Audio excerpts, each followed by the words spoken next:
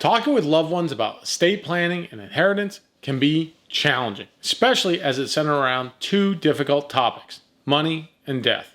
You might as well throw in religion and politics into the conversation to cover all the awkward topics. But talking with your adult children about their inheritance can provide significant advantages for you and them. It can help your heirs better prepare for the future, give you a chance to explain the reasoning behind your choice decisions, and prevent any hard feelings after you're gone.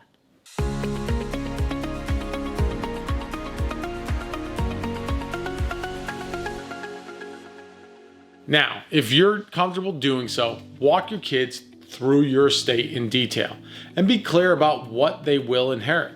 Even a general idea of the size of your estate can help inform your kids' financial choices and manage expectations about what they may or may not inherit. Typically, financial assets are the easiest to explain. Divide the accounts up by the number of children and each get a check. Where I find the hardest feelings come from are the physical assets: houses, jewelry, cars, even Christmas ornaments. If you have a discussion prior to your passing, you can minimize hard feelings and even help with the negotiations amongst your children on who gets what. This is also a great time to discuss your family legacy. Talk to your kids about your values and financial priorities, such as charitable giving. If you have any personal anecdotes or financial wisdom to pass down, now's also a good time to share those. How have you been able to build up your balance sheet over the years? What are some things you wish you knew earlier in life? Are there any charities you'd like to see benefit? Finally, be sure your children know where you store important documents and how to access them. This may include contact information for the important players in your estate plan, such as your financial advisor, estate attorney, and whoever has power of attorney.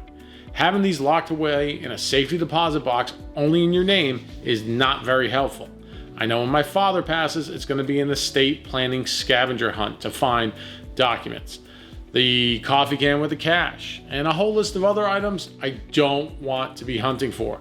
Make sure you have your important documents in place and accessible.